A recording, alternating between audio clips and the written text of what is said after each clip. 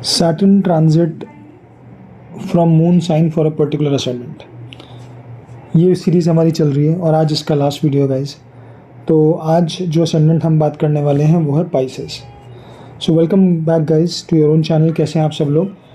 तो जैसे कि आप लोग जानते हैं हमारी ये सीरीज़ चल रही थी जिसमें हम लोग सैटर्न के ट्रांजिट की बात कर रहे थे फ्रॉम डिफरेंट मून साइंस। जब मून किसी भी असेंडेंट के लिए डिफरेंट मून साइन में प्लेस्ड होगा तो वहाँ से सैटर्न का ट्रांजिट कैसे रिजल्ट्स देगा हम उसके बारे में बात कर रहे थे। और ये इस सीरीज़ का लास्ट वीडियो होगा। हमने सारे असेंडेंट कवर कर दिए। आज हम बात कर रहे हैं पाइसेस की। तो अगर आप लोगों ने मेरे चैनल पे ये सीरीज़ अभी तक नहीं देखी तो आप लोग जाके देख सकते हैं। सारे प्लैनेट्स, सारे असेंडेंट्स की वीडियो आप लोगों को वहाँ पे प्लेलिस्ट में मिल जाएगी। ठीक है। साइड बाय साइड हमारा राहु केतु की सीरीज़ भी चल रही है तो वो भी आप लोग देख सकते हो। वो भी अब जल्दी पूरी होने वाली है। इसके बाद हम लोग अभी जैसे आज ये वीडियो पूरा होगा उसके बाद हम लोग side by side parallelly Jupiter की सीरीज़ भी शुरू कर देंगे, क्योंकि जुपिटर का जो ट्रांजिट है वो भी अब होने वाला है आपका इसमें अप्रैल के मिड के बाद जुपिटर का ट्रांजिट हो रहा है और उसके बारे में भी हम लोग वीडियो स्टार्ट कर देंगे। ठीक है। तो चलिए आज का वीडियो स्टार्ट करते हैं। तो वीडियो को एंड तक देखिएगा, ये काफ़ी इंटरेस्टिंग होने वाला है और मैं एंड में आपको इससे रिलेटेड एक दो कुछ स्पेशल टिप्स और रेमेडीज़ भी दूंगा, तो ज़रूर देखिएगा इसको एंड तक। चलिए, तो देखिए हमने बात की थी कि किसी भी पर्टिकुलर असेंडेंट के लिए जब सैटर्न का ट्रांजिट होगा तो वो कैसे रिजल्ट्स देगा। बट यहाँ पे हम पर्टिकुलर असेंडेंट की बात नहीं करेंगे। यहाँ पर एक असेंडेंट की जो कि पाइसेस है हमारा, उसमें जहाँ जहाँ भी मून बैठेगा वहाँ से सैटर्न का ट्रांजिट क्या रिजल्ट देगा। अब देखिए पाइसेस वालों के लिए सैटर्न का जो ट्रांजिट है वो उनके फर्स्ट हाउस यानी कि उनके लगन में होने वाला है मार्च के एंड से। ठीक है, 29-30 मार्च के आसपास से। तो बात कर लेते हैं, वीडियो को स्टार्ट करते हैं। अगर मून इनके सेकंड हाउस में बैठा है which is the sign of Aries, तो देखो मैं हर वीडियो में आपको ये बात बताता हूँ, प्लीज़ यहाँ पे हम असेंडेंट को नहीं देख रहे हैं तो वो चीज़ मत मिक्स कीजिएगा। जब ओवरऑल चीज़ें आप देखेंगे तो असेंडेंट भी, मून साइन भी, दशा भी और ट्रांजिट भी, नेटल प्लैनेट भी, वो सब आप चेक करके ही रिजल्ट्स को निकालोगे। बट यहाँ पर हम सिर्फ मून से बात करें कि मून से सैटर्न कहाँ बैठ रहा है। तो जब मून इनके सेकंड हाउस में है तो मून से सैटर्न जो है वो 12th हाउस में है, तो वो 12th हाउस रिलेटेड एनर्जीज लेके आएगा। और वो अफेक्ट कहाँ करेगा आपको? वो अफेक्ट करेगा आपके इमोशंस पे, आपके माइंड पे। जो भी मून है, मून क्या है? मून हमारा इमोशंस है, मून हमारा माइंड है, मून हमारा डिसीजन मेकिंग कैपेबिलिटीज़ है। किस सिचुएशन में हम कैसे रिएक्ट करते हैं ये मून बताता है, ये आपका लगन नहीं बताएगा। कई लोग होते हैं जो किसी भी एकदम कोई प्रॉब्लम आई तो वो एकदम बिखर जाते हैं, परेशान हो जाते हैं, बहुत ज़्यादा जल्दी से रिएक्ट करते हैं। कई लोग होंगे जो बैलेंस्ड होते हैं, वो प्रॉब्लम आने में प्रॉब्लम से घबराते नहीं है, प्रॉब्लम को समझते हैं और उसका सॉल्यूशन निकालने का सोचते हैं। तो ये सब आपके मून से मिलता है। तो अब मून से ट्रांजिट बहुत इंपॉर्टेंट हो जाता है।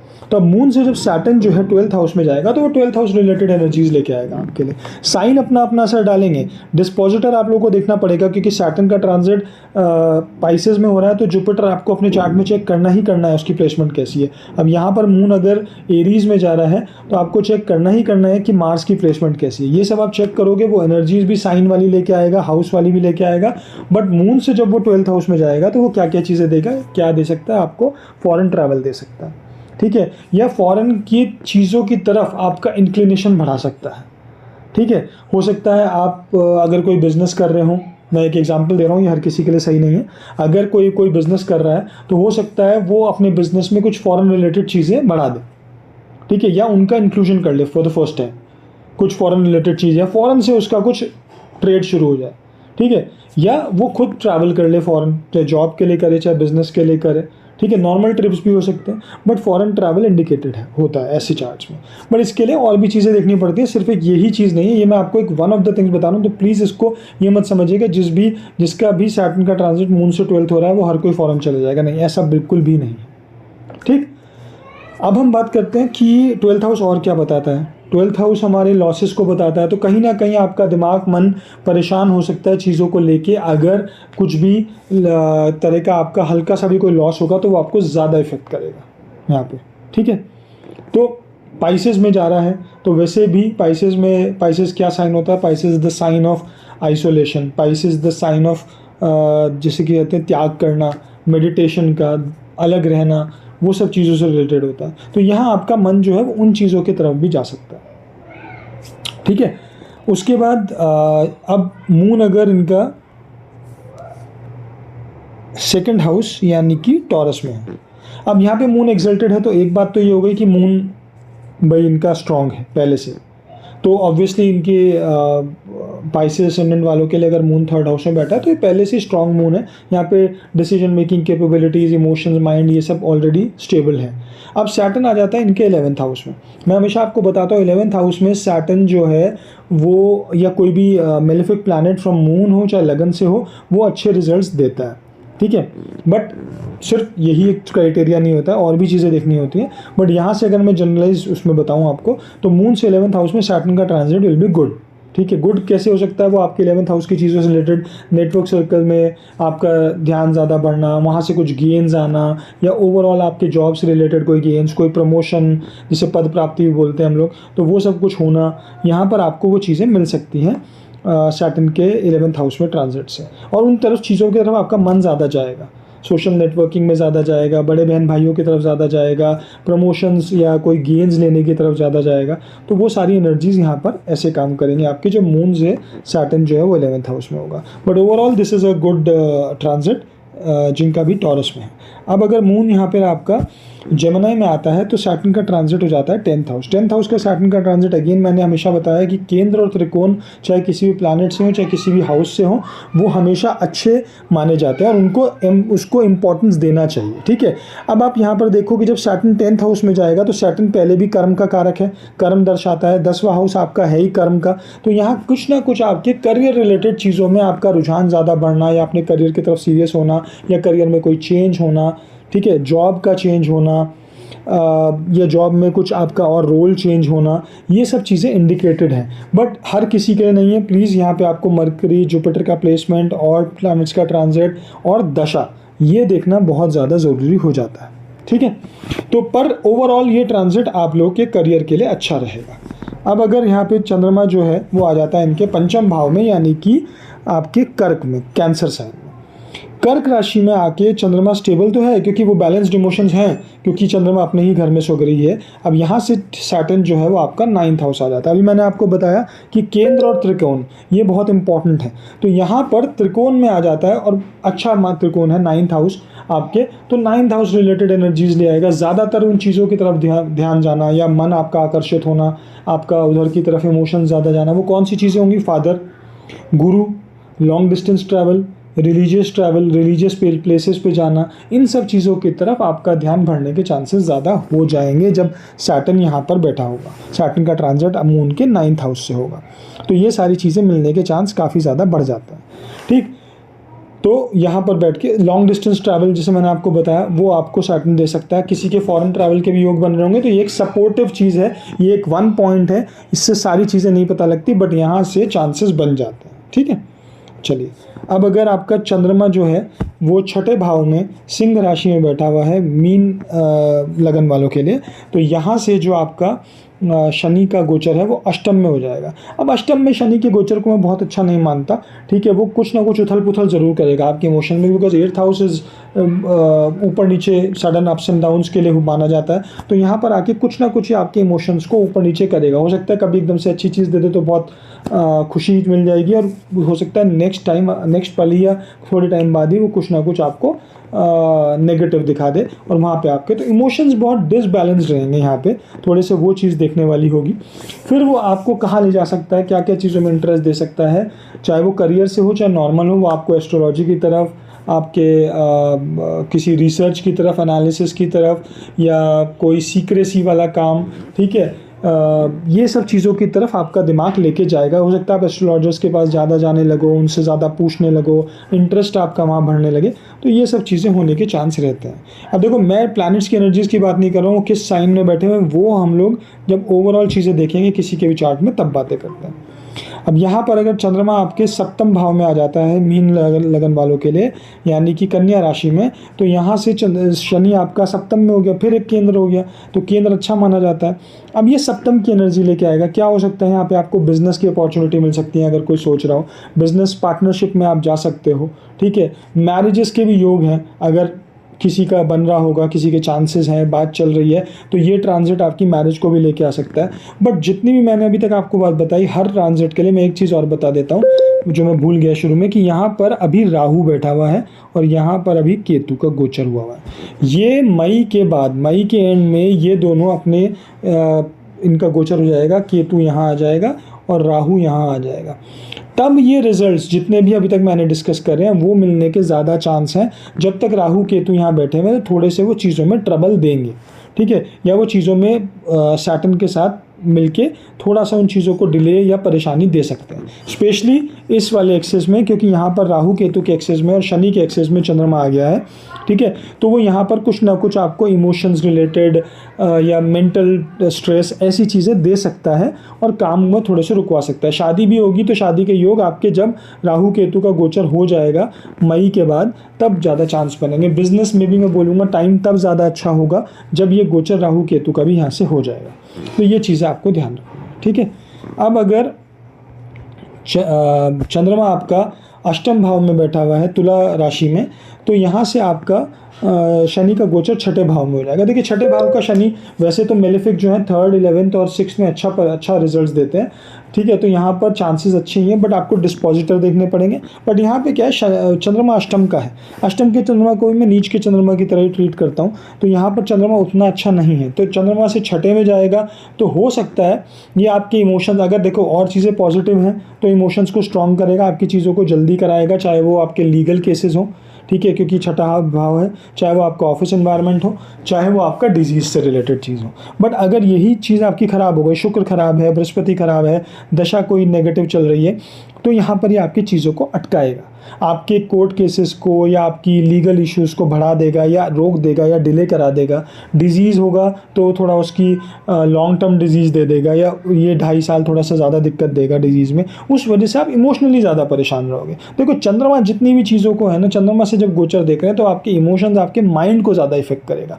इसीलिए जब चंद्रमा से जैसा भी गोचर हो किसी भी प्लानिट का, तब आपको अपना ये सोचना है कि आपके माइंड पे किस तरीके का इम्पैक्ट डालेगा। उन चीज़ों से आपको अपने आप को सेफ गार्ड करके, उन चीज़ों से आपको अपने आप को स्ट्रॉन्ग करके चलना, ठीक है।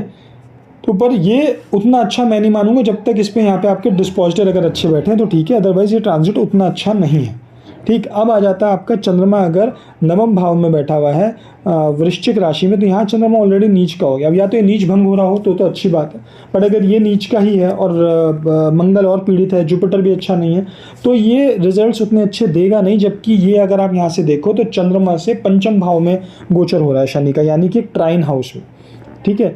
अब ट्राइन हाउस का गोचर तो अच्छा माना जाता है, पंचम भाव से रिलेटेड चीज़ें आपको अच्छी दे सकता है, बट आपको और चीज़ें चेक करनी होंगी। अगर वो अच्छी बैठी हुई हैं तो डेफिनेटली ये संतान प्राप्ति के लिए, अगर किसी का योग और योगों से योग बन रहे हैं और वो एक्सपेक्ट कर रहे हैं, तो ये टाइम अच्छा है, यहाँ पर आपको वो मिल सकता है संतान प्राप्ति, ठीक है। लव रिलेशनशिप्स के लिए अच्छा है अगर और चीज़ें सपोर्टिव हैं। देखो मैं बार बार बोल रहा हूँ, ठीक है। एजुकेशन पॉइंट ऑफ व्यू से भी जो लोग पढ़ रहे हैं, जो बच्चे पढ़ रहे हैं, किसी चीज़ की प्रिपरेशन कर रहे हैं या अपने को एग्जाम्स दे रहे हैं, उनके लिए भी ये गोचर अच्छा रहेगा। हैविंग सेड दैट कि आपको और चीज़ें भी चेक करनी पड़ेंगे, डिस्पोजिटर ज़रूर चेक करने पड़ेंगे और दशा, ये 2 चीज़ तो बहुत ज़रूरी है, ठीक। बट ये रिजल्ट्स 5th हाउस के देगा आपको। अब आ जाता है अगर चंद्रमा जो है आपका दशम भाव में धनु राशि में बैठा हुआ है, तो यहाँ से शनि जो है फिर चतुर्थ भाव यानी कि केंद्र का गोचर हो गया, तो ये भी गोचर अच्छा माना जाएगा। अब ये अगर और चीज़ अच्छी, यहाँ जुपिटर बहुत इंपॉर्टेंट हो जाएगा, क्योंकि आपका चंद्रमा और शनि दोनों का डिस्पोजिटर जो है वो जुपिटर हो चुका है, ठीक है। तो जुपिटर अगर अच्छा बैठा है तो यहाँ पर ये आपको प्रॉपर्टी रिलेटेड फ़ायदा, घर में कोई अच्छा कंस्ट्रक्शन, या आप घर परचेज़ भी कर सकते हो, कंस्ट्रक्ट करा सकते हो, या आपकी मदर रिलेटेड चीज़ें अच्छी, ठीक है। घर में खुशहाली का माहौल, आपके इंटरनल हैप्पीनेस, ये सब चीज़ों से रिलेटेड अच्छे रिजल्ट्स देगा। वैसे भी चंद्रमा इमोशन है, चतुर्थ भाव में चंद्रमा से कोई भी चंद्रमा का ही भाव माना जाता है, तो वहाँ पे गोचर इमोशंस को, माइंड को, हैप्पीनेस को, माँ से आपकी जो मदर है उनसे रिलेटेड चीज़ें, प्रॉपर्टी से रिलेटेड चीज़ों में बहुत ज़्यादा इफेक्ट डालता है। तो यहाँ पर अगर शुभ है, योग बन रहे हैं और दशा अच्छी चल रही है तो बहुत शुभ रिजल्ट्स देगा। अगर थोड़ा सा गड़बड़ है तो रिजल्ट्स उतने अच्छे नहीं हैं, ठीक है। अब चंद्रमा यहाँ अगर आपका 11वें भाव में आ जाता है, मकर राशि में। तो देखो मकर राशि का चंद्रमा वैसे तो स्टेबल माना जाता है, बहुत डिसिप्लिन अप्रोच वाले लोग होते हैं ये, बट अगर आप देखो तो यहाँ से तृतीय भाव में गोचर कर रहा है शनि। तृतीय भाव का मैंने आपको बताया कि मेलेफिक अच्छे रिजल्ट्स देते हैं। आप डिस्पोजिटर अगर अच्छे बैठे हैं, दशा अच्छी चल रही है, तो तृतीय भाव से रिलेटेड यानी शॉर्ट डिस्टेंस ट्रैवल दे सकता है, छोटे बहन भाइयों के साथ अच्छे रिलेशनशिप दे सकता है, ठीक है। कोई आपकी कम्युनिकेशन रिलेटेड या ट्रैवलिंग रिलेटेड जॉब लगा सकता है। अगर आप ऑलरेडी उन जॉब्स में हो तो उनमें आपको फ़ायदा दे सकता है इस गोचर में, ठीक है। आपका ध्यान उधर की तरफ ज़्यादा जाएगा, आपके इमोशंस थर्ड हाउस से रिलेटेड चीज़ों में ज़्यादा जाएंगे, अपने छोटे बहन भाइयों के ऊपर, इन सब चीज़ों पे इमोशंस आपके जाएंगे, माइंड आपका जाएगा, ठीक है। अब अगर चंद्रमा आपका द्वादश यानी कि 12वें भाव में बैठा है, तो यहाँ पर ये कुंभ राशि का चंद्रमा हो जाता है, तो इनकी 7.5 उतरती हुई चलेगी, वैसे तो अच्छा है, ठीक है, 7.5 उतर रही है। 12वें भाव का चंद्रमा थोड़ा सोच ज़्यादा देता है, और कुंभ राशि का चंद्रमा थोड़ा सा फ्लक्चुएशन देता है। फ्लक्चुएशन कैसे कि आप कुछ टाइम में तो बहुत ज़्यादा हैप्पी फील करोगे और एकदम कुछ टाइम बहुत ज़्यादा सैड या थोड़ा सा उतना अच्छा फील ना करो। चंद्रमा इस तरह फ्लक्चुएट करता है यहाँ पर, क्योंकि राशि फ्लक्चुएटिंग है, इसका शनि और राहु इसके जो हैं वो मालिक हैं, तो उस वजह से चंद्रमा यहाँ उतना अच्छा नहीं माना जाता। अब यहाँ से द्वितीय भाव में आपका शनि का गोचर हो रहा है, तो सेकंड हाउस रिलेटेड चीज़ें, अगर डिस्पोजिटर आपके चार्ट में अच्छे बैठे हुए हैं, ठीक है, और चीज़ें दशा सपोर्टिव और चीज़ें स्ट्रांग हैं, तो यहाँ पे आपको फैमिली रिलेटेड चीज़ें, इनकम रिलेटेड चीज़ें में फ़ायदा देने के योग बना देगा और आपके इमोशंस, आपके दिमाग को उधर लेके जाएगा। बट अगर चीज़ें नेगेटिव हैं तो ये आपको परेशानी दे सकता है, फैमिली रिलेटेड, इनकम रिलेटेड, ये इन चीज़ों में यह हो सकता है आपको फूड रिलेटेड चीज़ों में ट्रबल, स्पीच से ट्रबल, क्योंकि बोलने का होता है यहाँ पर, तो ये यहाँ पर उन चीज़ों में दिक्कतें पैदा कर सकता है,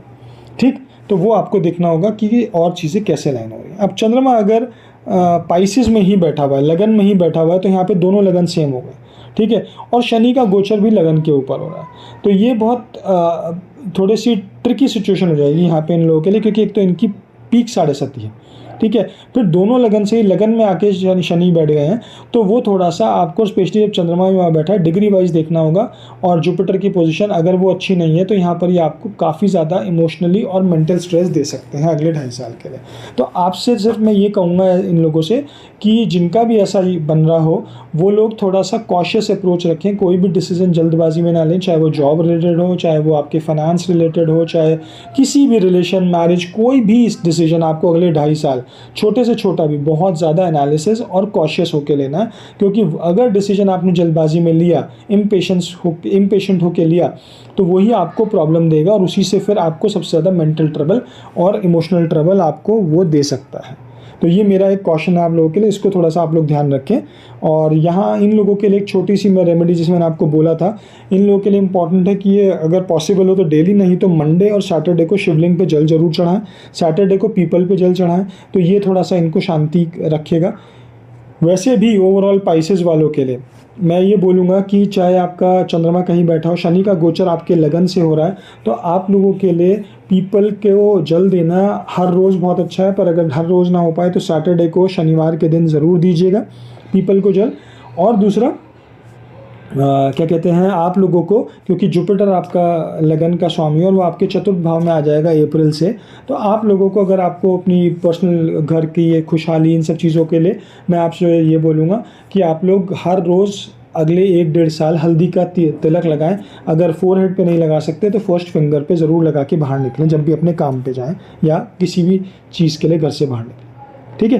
तो ये छोटी सी आप लोगों के लिए एक रेमेडीज़ थी जो आप लोगों को करनी चाहिए ओवरऑल पाइसेस वालों के लिए, ठीक है। चलिए गाइस, तो ये हमारी सीरीज़ आज ख़त्म होती है। आई होप आप लोगों को सब ये वीडियोस अच्छी लगी हो इस सीरीज़ में। अगर आपने कोई सेगमेंट मिस करा है तो प्लीज़ वो जाके मेरे चैनल पे देख लें। और यहाँ पर हम अब जुपिटर की सीरीज़ शुरू करेंगे इसके बाद, कल या परसों से। और मेरी वेबसाइट पे भी शिखरवत्स.com मैं आर्टिकल्स डाल रहा हूँ डेली। हमारी नक्षत्र की सीरीज़ चल रही है जिसमें हम वीनस, मून को ऑलरेडी काफ़ी ज़्यादा कवर कर चुके हैं और प्लैनेट्स को भी कवर करेंगे। नक्षत्र के थ्रू प्लैनेट्स को जानना बहुत ज़रूरी है, सिर्फ साइन और हाउस से ही प्लैनेट्स की सारी चीज़ें आपको नहीं पता लगती। तो अगर अपने career, finances, married life, relationship, इन सब की हेल्थ, इन सब के बारे में जानना चाहते हैं तो मेरी वेबसाइट पर जाके वो आर्टिकल्स पढ़ें और वो आपको इसकी जानकारी देंगे। चलिए guys, thank you so much, मिलते हैं नेक्स्ट वीडियो में।